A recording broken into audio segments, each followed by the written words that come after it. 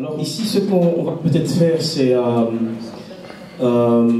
essayer de rappeler peut-être les grandes lignes de ce qu'on s'est dit hier, de manière à mettre tout le monde dans le bain, surtout ceux qui n'ont pas été là hier.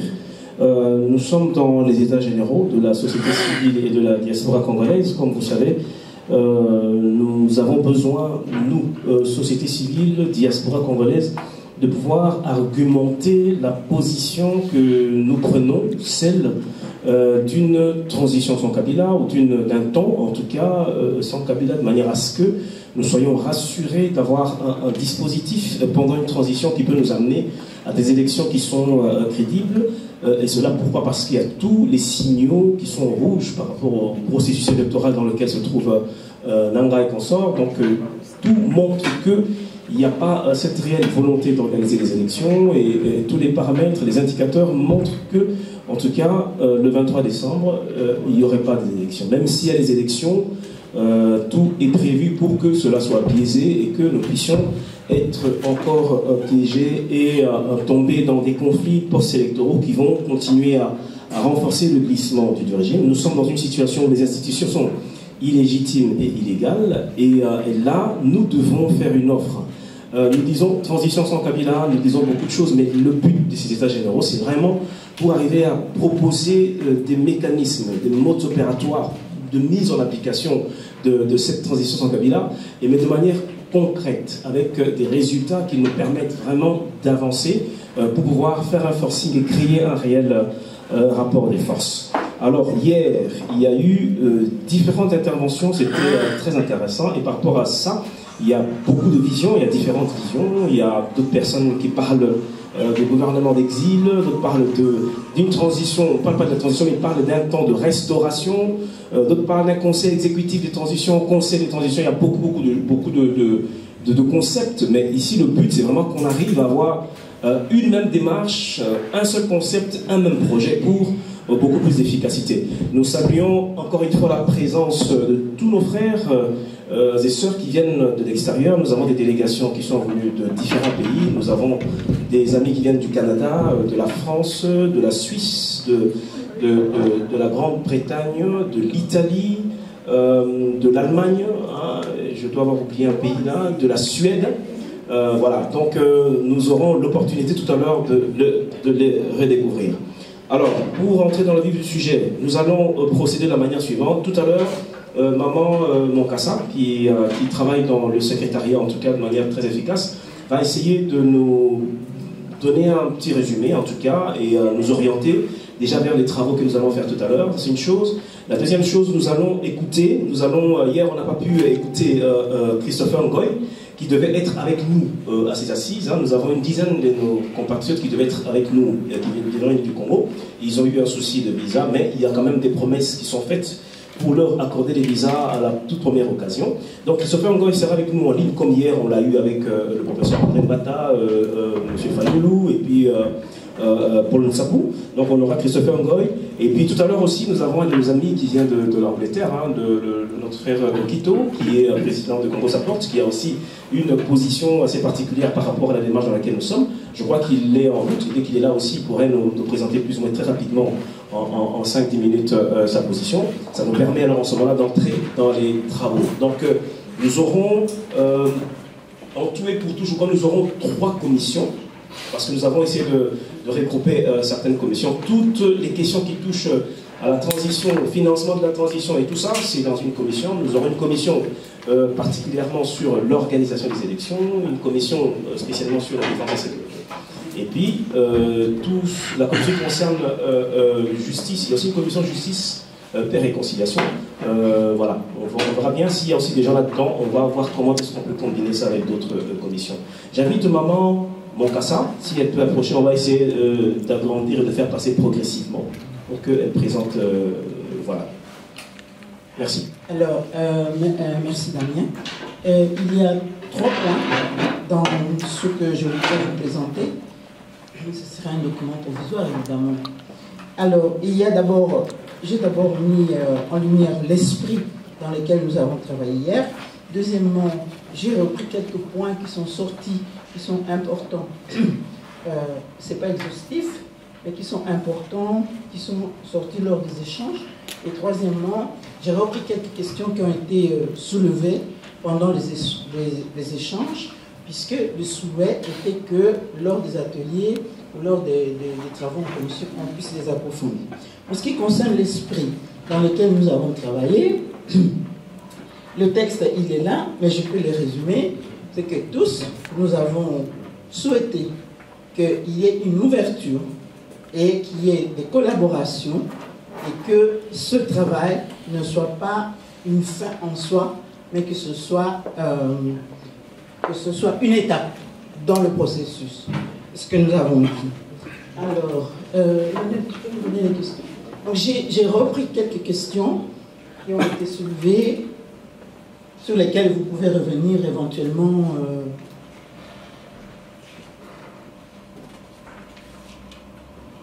Merci. Ce que j'ai dit là au-dessus, j'ai dit que les différents délégués des différentes organisations ont pris la parole et ont remis au secrétariat les textes qui étaient des textes de base du travail qu'ils avaient fait en amont dans leurs associations. Alors, les questions que j'ai retenues, ce n'est pas exhaustif, c'est à titre indicatif pour que vous puissiez les retravailler dans la commission. Quelle différence peut-on établir entre la transition et la restauration? Comment et pour quelle durée? Et quelle durée peut-on prévoir? Dans quelle direction convient-il de poursuivre la réflexion sur la question de l'accompagnement militaire par la SADC? Comment procéder pour la mise en place de façon d'un administrateur qui sera élu afin de porter la responsabilité de la transition et l'équipe qui est censée l'accompagner dans la prise de cette responsabilité? Après les assises, il faut penser à l'aspect financier pour la continuation de notre travail. Mais que convient-il de faire concrètement? La critique...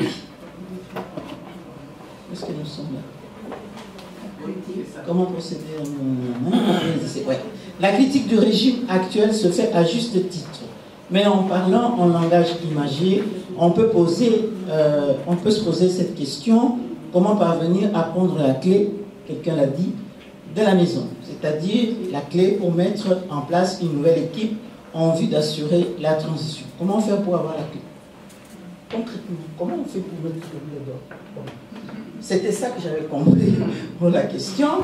Quel mécanisme convient-il de mettre en place dans le but d'établir les bases d'une collaboration entre la société civile qui vit en RDC et la diaspora qui est une composante de la société civile qui vit en dehors des frontières de la RDC? La diaspora est devenue la 6e région de l'Afrique. Quel type de mécanisme faut-il mettre en place afin de passer de la puissance au pouvoir, comme on a vu hier, de la possibilité d'agir à l'effectivité de l'action en tant que diaspora congolaise? En ce qui concerne donc certains éléments clés qui sont ressortis des échanges, moi j'ai noté, M. Mbata a dit qu'il y avait une constitution, que la RDC avait une constitution, qu'elle n'était pas parfaite, mais elle est là, la constitution. Ça c'est important quand même à dire. Alors, il y a eu des noms qui ont été cités pour éventuellement des administrateurs. On a cité Monsignor Sengo, on a cité M. Mukwege.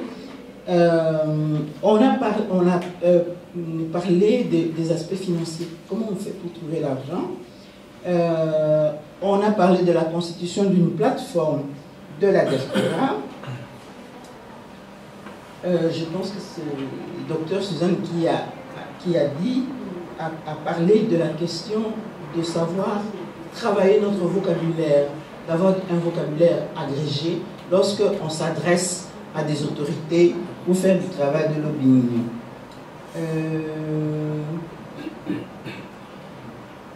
Quels sont les moyens dont on dispose pour écarter l'actuel gouvernement?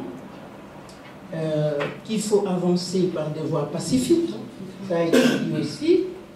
Et je terminerai par, je pense que c'est vous qui l'avez dit, pas de slogan, c'est pas vous qui avez dit. Pas des slogans, mais des actions concrètes. Je crois que c'était ça, voilà.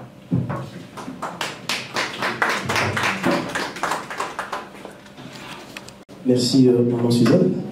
Donc on va poursuivre. Donc, on va essayer de voir tout de suite si on peut déjà voir Christopher Ngoy. Voilà.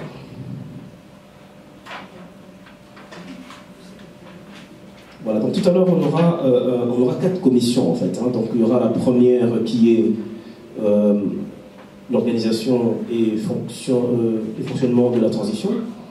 Et deuxième, financement avant et pendant la transition.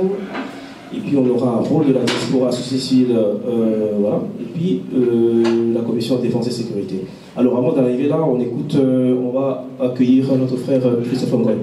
Bonjour notre frère Christopher Ngoy. Bonjour cher ami Damien. Bonjour à tous les participants.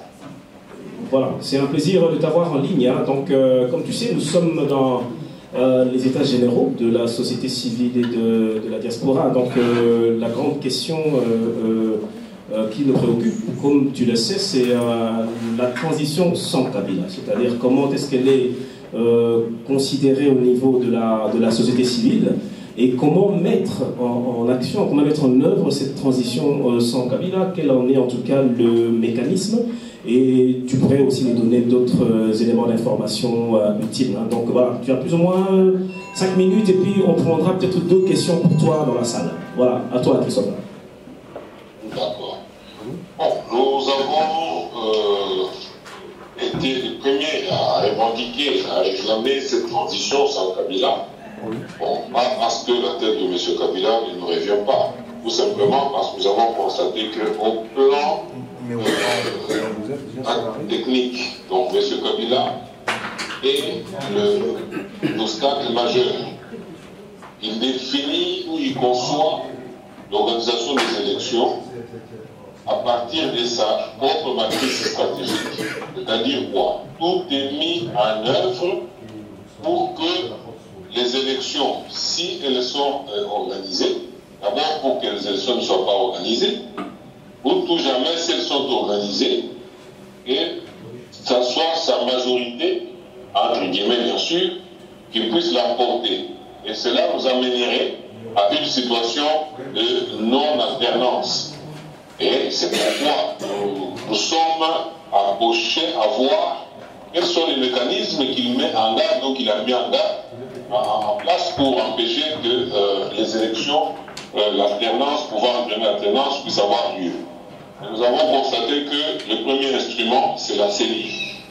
Et déjà, au niveau de la CENCO, nous avions levé notre voix pour demander que M. Nanga, qui est à la tête de la CENI, il n'était rien d'autre qu'un membre de l'école de M. Malouman, puisse quitter la CENI et que la société civile mette en place cette CENI. Vous êtes sans ignorer que nous avons été nombreux sur le terrain déjà en 2012 pour réclamer la tête de Ngoy Mulunda en sanction pour avoir mal organisé ces élections.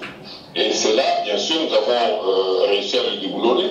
Et c'est à partir de cette action qu'on avait mis en place la nouvelle dynamique, la nouvelle structure de la CENI.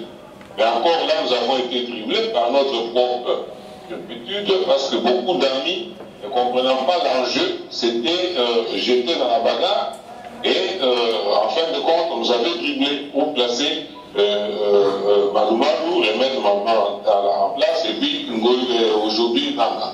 Bon, nous pensons que tout ce que Nanga a pu faire jusqu'à ce jour, il a imposé la machine à voter parce que c'est la meilleure astuce qu'ils ont pour pouvoir détourner le suffrage qui serait exprimé par le peuple.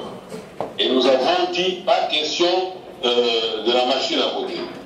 Et cette machine, astucieusement, bien avant, quand nous étions à la CENCO, il était question d'organiser plusieurs scrutins, mais avec en priorité le scrutin présidentiel. Mais M. Nanga s'est investi à imposer avec la majorité que 3 scrutins soient organisés le même jour.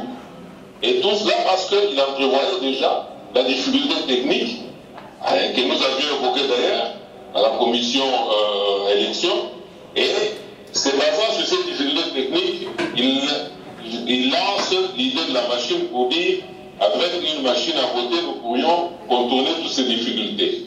Et c'est pourquoi aujourd'hui, ils ont récupéré ça, ils disent sans machine à voter, il n'y a pas d'élection. Ils parlent aussi du budget, qui est important lorsqu'il faut organiser 3 scrutins en un seul jour.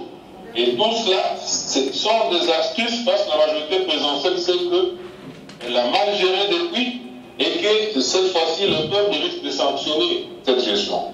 Alors, il faut imposer la machine et qui doit donner la garantie de pouvoir gagner. Sa machine, ils vont perdre et alors, soit il ne faudrait pas organiser ces élections, il faut utiliser beaucoup de subterfuges pour aller de report en report. C'est ce que nous avions appelé glissement. Alors, le problème de la transition sans Kabila, il est plus qu'important. Pourquoi? Parce que la présence de M. Kabila, qui est un égoïste, vous avez eu le temps de le suivre de près, pour comprendre ses réelles motivations, qui ne se résument tout simplement à la conservation du pouvoir en instrumentalisant tout ce qu'il y a comme acteurs politiques. Et nos sociétés civiles, nous estimons que le peuple qui est souverain primaire, le peuple qui a tout à gagner parce que c'est bien lui qui souffre en la majorité.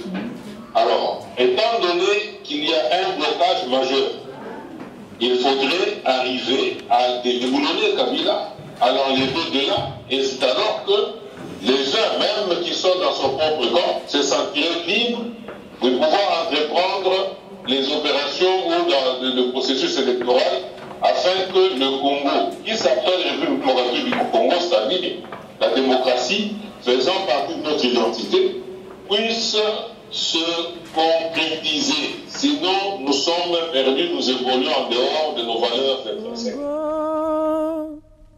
Congo nde mboka ngo mokengeli koi, mboka ngo mokengeli léopard.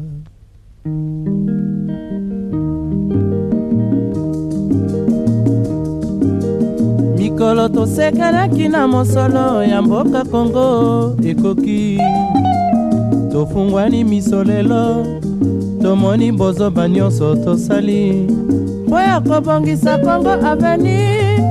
Ebongi tosala moto nyonso ata mwana. Congo ya mosolo mpembe ya nzoku, Congo ya bwanya kasa ya mbila, Congo ya makasi moto ya nkoi.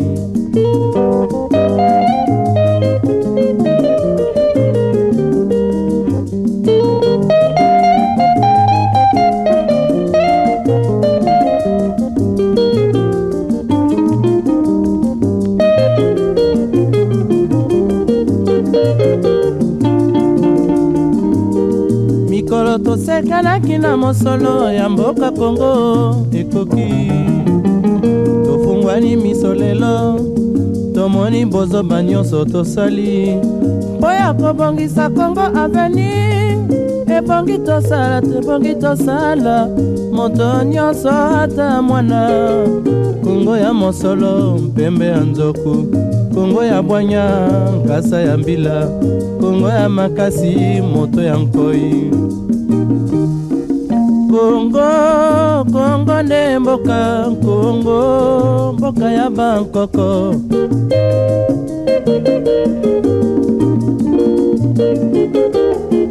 Congo boko mona pamba lobi mboko lula yango.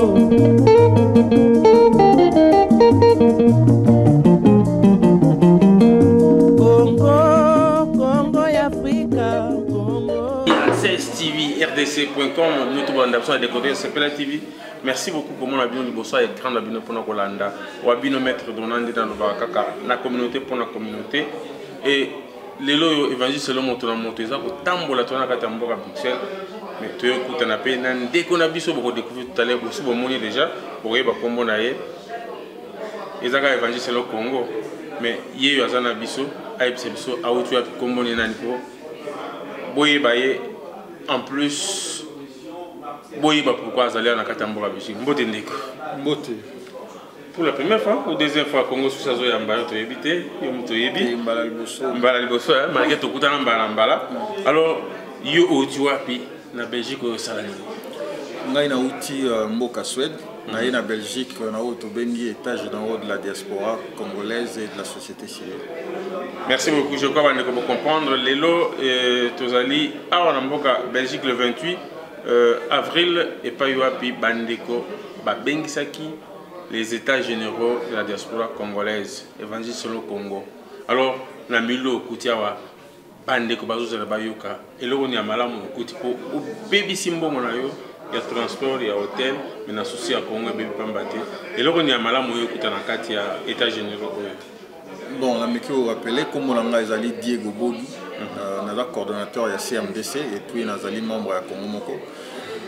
Raison memi ngai awa ezali que tozali ko réfléchir ndenge toro ko arriver à mettre en place une transition oyo ekozala samba animateur au bazali lelo na niveau ya mboka na biso. Donc une transition sans Kabila. Une transition sans Kabila mais na libanda mboka, vous pensez que pour diriger quand Libanda mboka transition? Non, mais au moins que na salle batebele ba outil bazala ta Congo, ba outil na Kinshasa puis na la province Mosusu. Donc ce n'est pas simplement la diaspora, ils allaient l'état généraux de la diaspora et de la société civile congolaise. Donc ils allaient biso à tous les bana na bato pe bazana kati tous allaient ensemble ko réfléchir ndenge nini toro comme mboka na une période transitoire où il y a une élection crédible, où il y a une démocratique et puis pour tout zonga na ordre pour le lot et mboka za na mboka makasi. Alors tant au moni likanisi wana a ozozonga na kati ya mboka Suède bandeko Georges bazozela yo Congo moko ba tout le monde bazozela yo pour assurer bango que cette fois-ci il y a sur le ba conclave to kendate il y a sur le ba réunion ba combattre to kendate et cette fois-ci on peut faire confiance na assise au salami le awa. Oui, mais déjà au niveau CMDC comment moko za organisation na biso na niveau à Suède. CMDC tous un représentant il y a Hollande, Maman Mimi Azaliawa, bandeko Bauti Mboka Ebele, tous un représentant na Suisse, na Belgique, na France, na Mboka Ebele. Ceux qui t'ont dit mitoya to vandana bande comme ça Bauti Canada, États-Unis, Kinshasa, Lubumbashi ainsi de suite. Et ça justement pour toza to mito longwa na niveau na ba slogan et puis il y a ba conférence Ebele, ba réunion Ebele si la kate. Lingi to sala eloko moko oyo eko englober peut ko légitimer véritablement démarche na biso englober ba structure na biso oyo toza na yango na niveau ya diaspora pour eza moins Ebele au moins que ba structure eza Ebele mais toza pratiquement biso nyonso plus ou moins na même vision kaka ya makambo.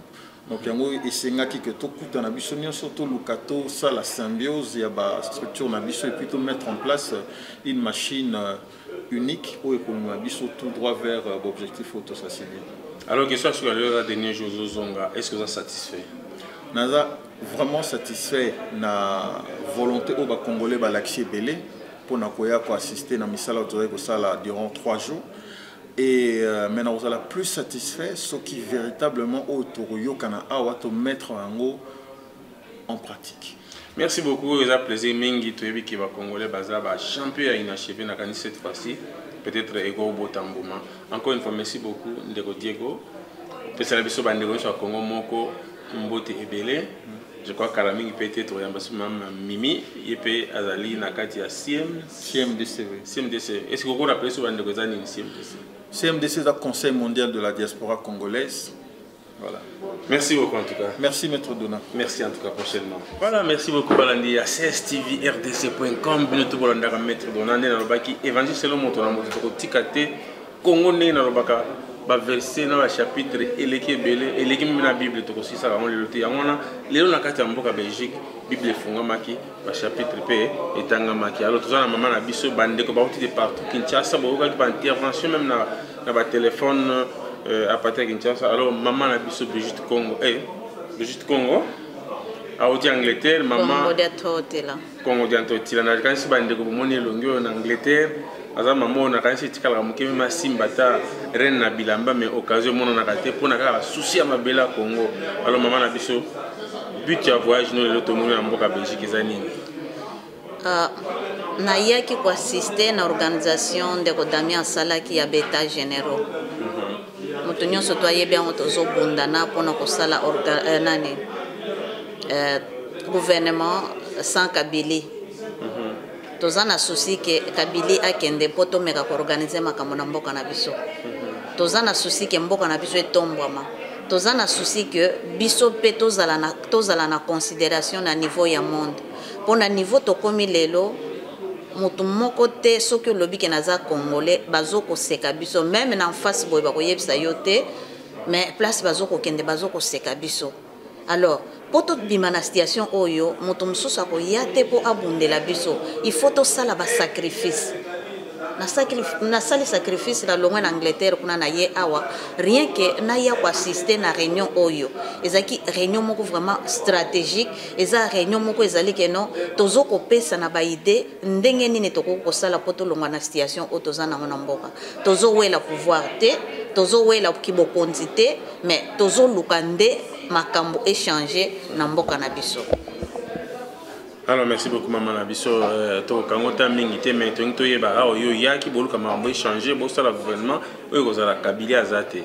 Alors est-ce que na masolo nde ko solo litango zozonga so Angleterre oyo so bande ko baza kuna ke masolo to kindaki ya solo elike ezali to ko so ngo ezaka masolo to mesana ko sala vesuka kana za pour masolo bo to sela mingi ya solo papa tosali yango mingi tokoti ba parlement tokoti ba ambassade totamboli ba mboka ebele kokende kolobelaka Congo mais je crois que leloko nyonso tu mbula soki ebeti esilaka pe touti kozala na hiver lelo tozokota na ete toza lisusu na bamanto ya makasi ndenge tobanda kolata yango te mikolo eleki yango mpe mpona masolo ya Congo eza bongo toyaki tosangani awa ndenge tosangani awa tokoluka pe tobengisa ba congolais mususu pona ebike vraiment eloko eza pasi pona biso ba congolais division eza makasi mingi pe division wana ezoko affaiblir combat otosito banda omoni soko teli combat depuis to banda ki yango yo soki osali likambo nga na komona ngo ye maître dona sali likambo boyete nga penda ifuna sala lisusu na leka ye ya makasi olena lobaki maître dona abimisaki de boye nga pena bakisa un de plus tokende ensemble biso nyonso eloko ezoboma biso yango wana même ndenge tovandi awa ezala ba mususu balukaki ba décourager ba obaye nga moko ndenge nazali ozokende Belgique kaka pona makambo ya Congo ozana mbongo omilingaka te eza question ko milinga te eza question ko zala mbongo te po bayebi te na yendenge nini na bayebi te cascade nini na sali eza likambo sacrifice bolingwa mboka na biso na yende na porter un de plus na oyezo ko exister na yete ke ono okakanga na lobby yango wana te eza bongo te na ye na porter un de plus ndeko mususu pe oya moni ke yepe lisusu aza na idée ya kobakisa aya to sangisa mayele poto tambola mboka ya chokwa souci na biso nde yango wana. Merci beaucoup maman Nangai Brigitte Congo en Angleterre ozana ngomba nini na ye osio yoka papa ngoma na boy kotanga parti politique nanga mais awa na yaki na compte ya société civile. OK. Na abréviation ba bengi yango SCC2 Société civile congolaise de la diaspora. Ah d'accord. Ozala wapi diaspora biso nyonso bandeko ya Afrique d'ici tozomona bango de bazobunda na Angola tozomona bango Congo Brazzaville biso nyonso tozo constituer diaspora moto na moto to sangisa mayele to sangisa ba idée poto tambolelo.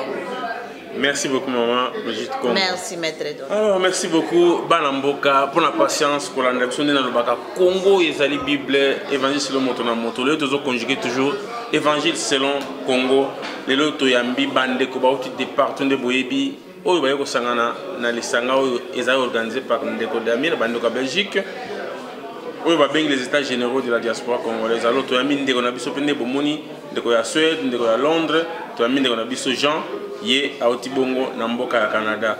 Bonjour Ndeko Jean. Bonjour. Pour la première fois au Congo Succès TV. Ouais, malgré tout le monde même vraiment alors papa Jean, bandeko bato na Canada.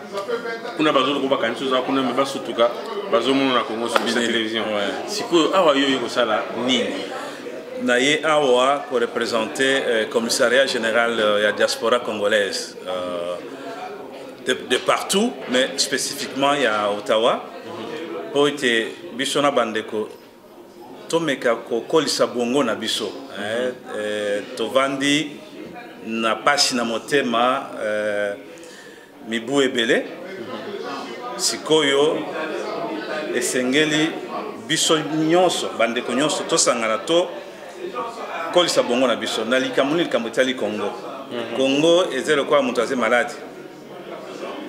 Bon soki ndeko aza malade bokotika ye to bokovanda na ndako bokanisa non bokoluka esika kisi eko monana eske munganga azali po asalisa ye yango tokutana na bandeko awa poto kolisa bongo na biso pota komeka ndenge nini tokosikola mboka ndenge nini Congo tokoki kobakisa mwa ndambo butuza nango po mboka na biso ekoma lokwa bamboka nyonso ekoma lokwa bamboka nyonso ya mokili. Alors papa je na panzi ezambala liboso te oyawa pona kaka makambo ya Congo mangomba bo esalami ebele siko ntango ozonga bana Canada bakotuna yo bana Ottawa surtout okei est-ce que okendaki nanu mbala liboso te oyo eza mbala suka pete nakanisi mpo ya Congo tokaka ondire nde balobaka toza bachampion inachevé est-ce que espoir nokopesa bana Canada ke oyo mpenza toyeba mbala eza ya suka makambo ekotambola ya mbala oyo ezali oyebi mosala tosalaki nyonso tosi tokutana mpe bambala ebele na makambo etali Congo ezalaki nde tozali kobongisa elanga tout à fait tobongisi elanga toloni mais soki oloni il faut surveiller mbula osurveiller mpe bamatiti ya mabe donc tokomi na étape oyo ezolakisa biso ke tokomi na mwa suka ya bosangani na biso nyonso tosala na tosali lelo tokomi pembeni na suka po oyo ezali étape décisive ezali neti tobandi championnat final toujours comme pembeni na final donc tokomi neti na quart de finale toujours comme penza na esika tolingaki pona kosikola mboka tokomi pembeni awa tosangisi makanisi na biso totie biso nyonso elongo omoni ba organisation e boni bayawa mbala tokutana nayo ezali biso tosali réunion na biso moko baninga basali bango mais awa ezali lisanga ya rassemblement ya organisation ebele c'est-à-dire makanisi ye nzinga na nzinga totia yango nyonso pembeni sikoyo tokomi pembeni donc merci beaucoup papa je crois merci papa Benoît Dona merci mingi ndengo ya bibiso merci beaucoup bon voyage merci beaucoup bana mboka ndenge na lobaka Congo eza lokola bible na ko répéter ka mami konso lelo tozana évangile selon Congo eza selon moto na moto te pour lelo tolo bina Congo na Congo souci à libérer mabela on a baki bande ko bauti de partout kaka pona lisolo ya Congo puisque Congolais akomi kolala kolamuka na Congo tobeta masolo ya musique tobeta masolo ya théâtre mais lelo lisolo na soki partout okokote komi kaka Congo pasi na pasi ba mama batelemi ndeko moni mama oti Londres to moni ndeko na oti Canada to moni ndeko na oti Suède et bato bauti de partout bazali lelo to na mama na biso docteur Dikumbi exactement alors bandeko baluta loto yebi ke linga les amours passés to ko bana ngoka ka po français pe yango pe bomi mboka na biso alors quel est l'objet de votre présence awa ce qu'on a kata ba saison ya lelo objet ya présence nanga na zo uta Rome uti Rome voilà. Italie et pas ya pape voilà neti boyebaki le 11 février communauté congolaise ya Italie nyonso atamboli ti na place Saint-Pierre et c'est capable apesaki pe message menga na ye na kombo ya association na biso association ya ba mama d'origine congolaise bo bavandaka na Rome et na région ya Latium. Association na biso ezaki créée en 2007. Likambo yo Congo azo vivre surtout question à viol de femmes nde telemisaki biso et parmi l'activité association na biso na ko signaler au comité na Sénat République italienne na commission à droits de l'homme tango wana ezaki na 2009 to bengisaki ba témoin bauti Congo moko na bango azalaki la présidente, il y a Union des supérieurs majeurs du Congo. Et Moussou Sazaki Laïque, coordinatrice, il y a Réseau Action Femmes. Tosengaki, 2 femmes, moko laïque, moko religieuse, pour na kola kisake, attaque contre la femme et zaki kotouché bisonyonso. Tobengisaki bango pona nini, pona kopesa consistance na elo tozaki kosala. Ezalaki biso oyo tozali à l'étranger te. Biso oui, comme caractéristique ya diaspora ezali pota komema auprès ya ba pays dans lesquels nous sommes résidents. Problème oyo ezali ko se passer na mboka na biso. Yango wana ememi biso ti awa na Bruxelles parce que biso nyonso et pas nyonso congolais oyo alingi mboka na ye ozosala makambo mais kosala makambo yo moko ezali na impact te eza na force te donc proposition ya Chirac oyo ezalaki ke tokutana biso nyonso totient ensemble makanisi na biso na tokoma ko élaborer proposition partagée. Yango wana ememi biso kosala voyage de Rome jusqu'ici pour nous partager na baninga et comment ce langage commun, cette proposition commune au diaspora congolaise dans son ensemble azali ko proposer comme sortie de crise au on a besoin de vivre. Merci beaucoup Mamadi. Alors soko commune à Rome soko batunyo a OK. Cette fois-ci pour ma congolais basangana suka nango yeba na kati. Est-ce que ko assurer bango ki a oyo makambo kutukuna eza ndenge musuto bien oyo sango total nan. Na waye bisabango ki eza ndenge musu parce que batunyo so na rencontré basala ki motivé. Et bah mettre en évidence problématique ou la communauté na biso eza ko vivre ce qui initiative et bandit au monaka tentative il y a sabotage et tout ça. Mais ouana batunyo ça va décider tentative il y a sabotage et la tête tozo kende liboso donc na woye bisabango bozela ba document ekobima otoko partagé au niveau ya Italie pote Italie peut appeler sa contribution spécifique na ye. Merci beaucoup maman. Je dis Kumbié docteur en même temps. Gynécologue. Merci beaucoup. Tout sur la peine masolo ya santé kaka pona ba maman. Merci. Même balandi ya Congo sur cette télévision c'est STV rdc.com. Tous avons toujours un cadre et rencontre la bande de Congo bazoka solution ndenge nini Congo manakati ya pasi oezali ya mwana bengi évangile selon Congo lelo tous en kati mboka Belgique sikapi ba organizaki ba o ba bengi les états généraux de la diaspora congolaise et sikapi bomoni bande ko belé ba oti de partout na yambi bango tous pona bantu ba oti épée par-ci par-là. Quand on est super en Allemagne, mais en Allemagne, de comment on a oh, mais tu n'as pas vu de quoi on s'est ramené toi na, ngabi comme les nani yo fin Allemagne yo yébété, bobino tu bomitung ça bomona kaye, alors bande ko bazo lando sango yo kombo nani, oza na parti de société civile groupe nini, oza ko évoluer en Allemagne. Docteur Kankonda, en Allemagne, naza parmi l'ancien Allemagne. Naza ko diriger dynamique diaspora Congo na biso na kati Allemagne na kati dynamique wana tozana bande ko ba pasteur rebele neti ba pasteur okutana ki na ba onde nyoma na kati Allemagne ils font partie ba pasteur Timiki ba pasteur Bopol ba pasteur comment apôtre Ndongala aussi apôtre Sivi baza ebele na otanga kombo ba onyo sauter alors ba onyo so bazo ko faire partie na mouvement wana. Sans oublier des consus qui ne sont pas aussi des pasteurs, comment représenter Nakata Congo Nabiso, représenter Basushia. Congo Nabiso, nani archevêque ou monseigneur?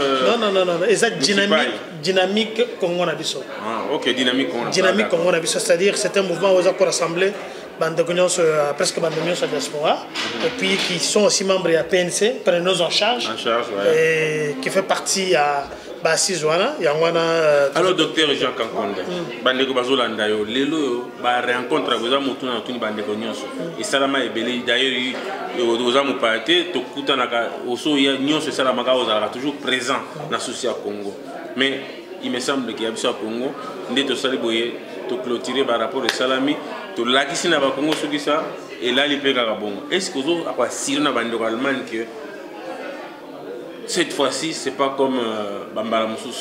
Milulo, tu sali lelo, tu prépares quand depuis un bon moment. Et bilo quand on sali la précipitation, mais maka toujours mbutu mingi. Maka mbutu tu sali lelo, tu réfléchir, tu tali les pour et le contre. Tu as moni bandek bauchi ba Canada, bauchi ba États-Unis, aux témoins. Bauchi na bambo kanyo na Congo pe bauchi ba moni bangwa moni ba ma Italie pe ba zali effectivement ma Italie bande ko Suède bande ko Finlande les stickers aux il n'y a pas très longtemps et link ko kani collègue c'est que d'abord bateau baza ko organiser ba makambo que nous sommes tout ça bateau moko a crédibilité moko de tester donc ma makambo to ça la siko ba état généraux il y a une diaspora congolaise à Wanakata Bruxelles où ils ont une représentation il y a Europe et comme même Mbouma parce que bimi c'est Mbouma belé ouais to ko suka nanzela te to ba commission salami belé ba commission salami belé au moni yomoko ba assise onyo sezo salema ba atelier onyo salami et pesi Mbouma nango et ça les pour na coacher et le komotu na kati mboka to zo se battre pour mboka na biso to za ko rendre ko chamwa libanga na isika oyo tikala kina kati édifice ya Congo. Il y a un second moni totiki ba famille totiki basi totiki ba donc sous ba yeba de longue distance ngana au Allemagne na kokolo ba encore ça va mais ba ko zo ba avion ba ko zonga peut-être ba ko gendo ko makaka lobby net lobby okuna et linko la que ba twana bazana importance d'abord na ba autorité ba ndeko ba sali to organiser lokoyo ba résolution ko bima awa e ko zala effective ba résolution et ko zala wa moni ba ndeko neti ba Christopher Ngoi na Congo ba yeti awa ba professeur Mbata tous ces gens là ce n'est pas tout le monde a crédibilité mon douteuse c'est à dire que ça attache importance dans c'est que j'ai constaté pour ne pas dire j'ai aimé souvent si je sais la macabre de Congo mais cette fois-ci j'ai compris que vous avez quand même fait appel aussi oui vous avez associé aussi il y a Congo vraiment oui mais bango basa sur place bazo sala musala makasi sur place tant aux autres par exemple professeur Mbata aza mutu moko na crédibilité moko importante na kati mboka na biso tant aux autres la mutu net Christopher Ngoi tant aux autres la mutu net Martin Fayulu Madidi tu ozo mona bato so baza ko participer na makambo yo elinko lo bateke bato wana Robin Sega ka boye yo peut saler mo eloko non baibi responsabilité bayebi musala tozo sala c'est pourquoi soit dit en passant nazo pesa bango nyonso mbote na bande nyonso bazo ko tala bango et nazo pesa pe mbote makasi na mouvement prenez-nous en charge pour ça réunir et puis tous les sécuritistes au bazar la Katiamon. Voilà. Merci beaucoup, je crois que Kutana, tu continues à milieu aussi. Tu Kutana le sous-sungana repère merci belé pour la musala aux salapé et si manayo message aux qui est partout et puis efficacité musala aux sala combattre Kokoba Congo Kazala vraiment reconnaissant envers lui. Merci beaucoup. Merci aussi. Merci aussi. OK. Merci. Le évangile selon Motonamoto tozo ba kaka na lobi le évangile selon Congo oyo bandeko bayi ko sangana na mboka Belgique pai wapi bandeko ba organisaki les états généraux de la diaspora congolaise pour na koluka toujours solution à mboka ndeno mona ibatu ba leki ba outi de partout les autres un peu maman na biso oyo boyi maman Mimi ya radio Bonsomi mbote maman Mimi mbote maître Dona place mamba Congo ezali ozanga jamais tout le monde a kaka jamais toujours présente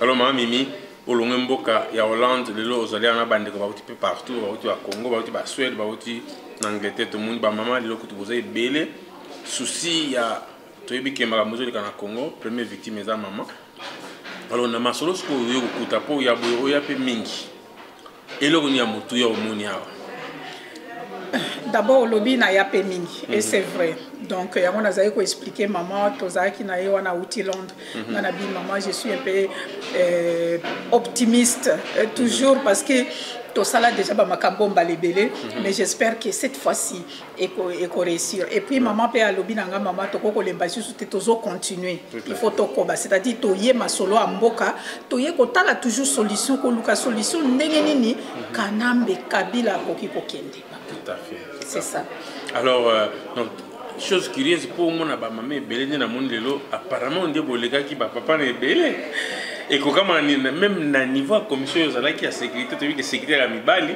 mais tout le monde dit maman de Bagé, peut-être Mibali, oui, parce que tout le monde dit que notre ticket lipe papa makabango moi mingi. Mbalo yo ba maman balobi non, il faut que maintenant ba maman ba téléma. Yango zo mona que on peut parler d'une parité positive dans le sens que biso ba maman to komi un peu plus que ba papa. Na commission ngana zala qui effectivement il y a défense, na il y a sécurité à Mboka. En tout cas, on était à 90% une commission féminine. Donc, c'est ça quoi. Ils ont volonté, papa. Tozana, et l'eau, ils ont katina moté, manabiso, yangozo mona, ba mama balobi, tote les matos kende liboso. Alors, sur Ozongo Hollande, au message Ozongo, il faut que cette fois-ci, il y a Simba. Est-ce que tant que Ozongo a tout le bas de la souka, que cette fois-ci, il y a Simba ou bien il y a Ozongo Mekakakandingolo? Bon.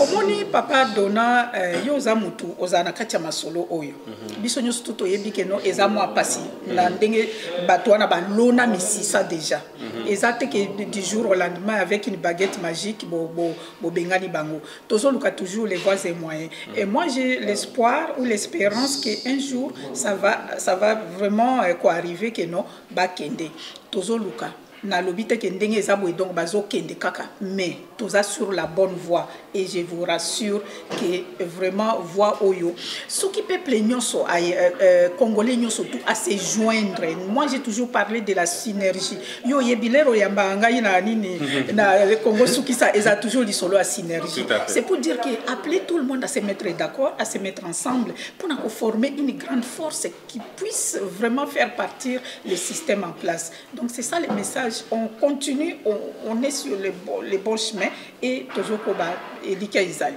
Alors le basuka poto to tikayo ngongekei ilo ngobisa ba mama surtout mingi pe mboka Hollande.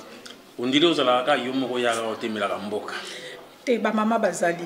Si mananga mulongwa ba mama bazali ebele oyo nga na zongaka na solaka na bango na réunisaka bango. Donc nazo ebisa bino ba mama Hollande. Pas seulement Hollande ya mboka nyonso mokili mobimba ba mama tango ekoki pona biso. Ce n'est plus le moment tozongaka sima. Les problèmes du Congo concernent tout le monde et surtout nous les mamans nous sommes la matrice même ya mboka na biso. Biso nde to botaka, biso nde to tozo sala ke no mboka wana ezala. Tozonga simate. Tango ekoki to telema makasi to continuer to koba parce que qui sait papa donna si victoire ekokuta nde côté à biso libération ekokuta nde côté à ba maman donc il y a plus moyen à se minimiser ya kozonga sima. Allez ensemble allons de l'avant. Merci beaucoup maman. Merci. Plaisir à trop. Merci beaucoup. Merci maître Donna et félicitations. Merci beaucoup. Kitoko. Merci.